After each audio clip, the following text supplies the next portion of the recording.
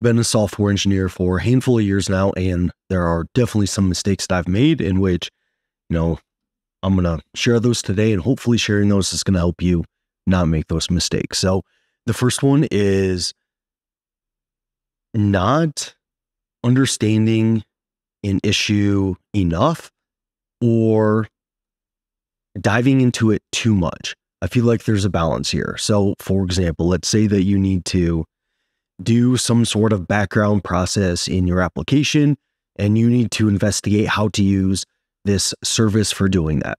Well, one mistake I've made is spending like countless hours on that topic when I could have spent far less time and came to a working solution.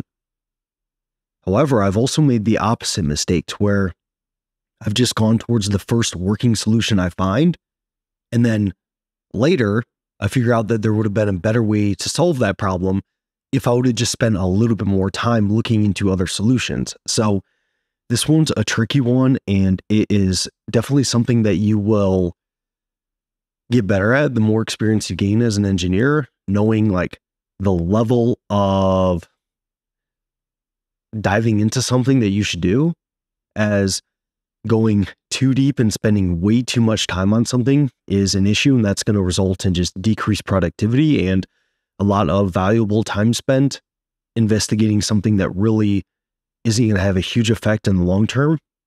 But also, you don't want to just jump into the first solution that you find on every little thing, as often if you spend just a little bit more time figuring things out and understanding the problem better, understanding potential solutions, you'll find a better solution for that particular issue. So the first one is either diving into something way too much or not enough, and not kind of finding the right solution that kind of maximizes your productivity and also kind of over the long run being a robust solution as well. So I know that that's a little bit of an abstract kind of mistake, but I think it's super common and something that is kind of tricky. And, it's just important to try to find that balance between diving too hard into something and not far enough. Number two is, when I first started, I would put up a PR and I would almost get anxious about like what my engineering manager would say, as, when you're kind of starting out, and especially when you're self-taught, you might have some, I don't know if doubts is the right word, but you might kind of want, you're a little bit more eager for some validation when you're first starting out. I would say that's probably fair for most people. And I know that was true for me, and getting some criticism in PRs, and not necessarily like harsh criticism, just like, hey, you use some magic constants here. It'd be better if you did this. At the time, I kind of took that a little bit personally, like, oh man, I hope I'm doing this right. I hope I'm cut out for this whole software engineering thing. And I hope that I'm going to be good enough over the long run to do this thing. And, I think I took some of that stuff a little bit personally. And I think it's important to, as much as possible, try to detach yourself from those kind of constructive criticisms, especially if it's from someone you trust, like an engineering manager or a coworker or something like that. Try not to take that stuff personally. I found that it's best to kind of make fun of yourself. Like, man, if I look back at some of the code that I wrote when I just started out, it is laughable. So like, I think it's best if you can kind of laugh at yourself about some of that stuff and be like, yeah, this is just going to take me 5 minutes to clean up because of this criticism, and I shouldn't take it personally. Everybody writes bugs. Everybody writes some bad code here and there. And I don't think that you should, take that stuff personally and, think that it makes you a bad engineer or something like that. Now, kind of along the same thing, it's also important, like I work remotely.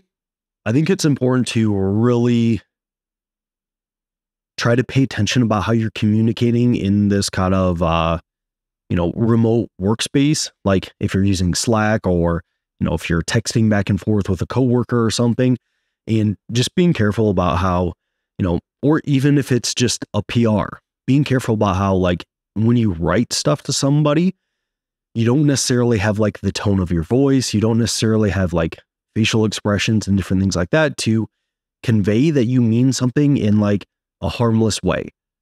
Like I could say, to one of my close engineer friends that I work with, I could be like, dude, this is some terrible code. And if I say it like that, like with kind of a half smile and kind of laughing about it, he's going to take that as more so like a joke and be just kind of razzing him a little bit.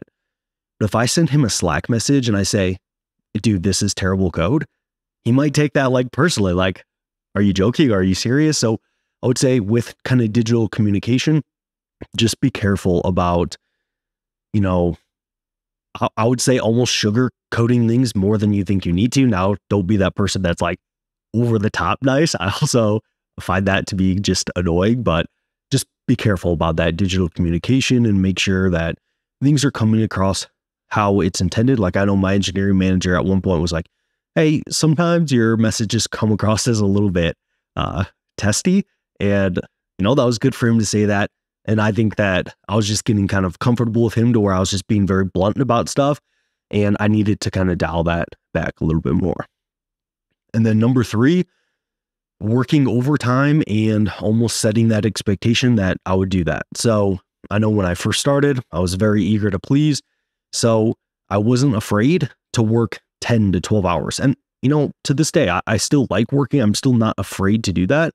And I'll still do it from time to time, but it has, at least starting out, it also set that expectation up front that this is how much I'm going to work and this is where my productivity is going to be. And over the last few years, I've kind of, slowly kind of set that expectation back and just had conversations with my engineering manager about, hey, it's not super, what's the word I'm looking for? It's the word that means able to do this over a long period of time. It's not coming to my head right now. Sometimes I turn this camera on and I forget half the dictionary, but sustainable is the word I was going for. I'm sure you watching this were thinking of that this whole time, but I just had an honest conversation with him about, hey, a lot of this sort of hours that I'm working weekends, working evenings, working early in the morning, it's not going to be super sustainable for me. So we kind of reset that expectation. He has been fantastic to work with, so it's no problem. But just be careful. Like I'm completely pro working hard, getting your stuff done, but setting some boundaries there and, really trying to work during work hours, I think is going to be most sustainable over the long run. Number 4, not asking for help soon enough. So this is also one that can be good and bad. So I know that kind of early on was very stubborn. I would always try to figure everything out myself. I am still that way to a kind of a large extent. And I think that that can be good because as an engineer, it's a skill to just figure out stuff on your own because, no one's going to do it for you. And often you just have to do things yourself. However, it doesn't hurt to message one of your engineers or someone else on your team and be like, hey, off the top of your head, do you know the best way to solve this problem? And often they will know the solution and a great solution that you can fix right away. And it saves you an hour or two of investigating and looking at something just because you haven't tried to solve it before. I think that is a great thing to do. However, I would also be careful with, if they don't know a solution off the top of their head, try not to take a ton of their time as well as your time because you're kind of compounding the issue and taking 2 people's time, which sometimes that's needed and sometimes it's really good to pair. But like kind of with my first couple of things, it's like with experience, you'll kind of gain the understanding of when it's appropriate to pair with another engineer and kind of take their time as well as yours. And when you should kind of just be like, hey, do you know this off the top of your head? And if they don't, move on, try to figure out yourself. So again, don't be afraid to ask for help. Don't be afraid to, especially say like, do you know the solution to this off the top of your head or without looking into it too much? But also if they don't know, or, if you feel like you can figure it out, try to figure things out yourself. I think that's also a good skill to have. And then the final one, early on, I would get anxious about trying to solve problems that I had no idea how to solve off the top of my head. Like during our planning sessions, I would be assigned tickets that I would have zero idea to do. Early on, this would kind of stress me out. And in that meeting, I would get like a little bit anxious, like, oh man, I have no idea how to solve this. This sprint is going to be really challenging. And I'm already kind of getting a little bit anxious about that. And generally, like, I'm a pretty laid back guy. But this would give me a little bit of anxiousness. So what I found is that no matter what the issue is, there's a solution to everything. And you're going to be able to figure it out. You just have to trust in yourself. Like, hey, you get assigned a ticket you have no idea how to do. Great. That's just a challenge that you can figure out, and there is a solution to it. Don't be afraid of that stuff. Try to just embrace that anxious feeling. Try to embrace those tickets that you get that you have no idea how to solve, and just try to move forward the best you can, because there's always a solution. And, you know, I understand that it can be scary up front, but you'll be able to figure out a solution. You just have to trust in your own ability. So those are 5 mistakes that I've made here as an engineer over these first handful of years. I'm sure I'm going to make more mistakes. These mistakes are common, but hopefully sharing this will help you kind of avoid these as well. So thanks for tuning into this, and I'll see you in that next one.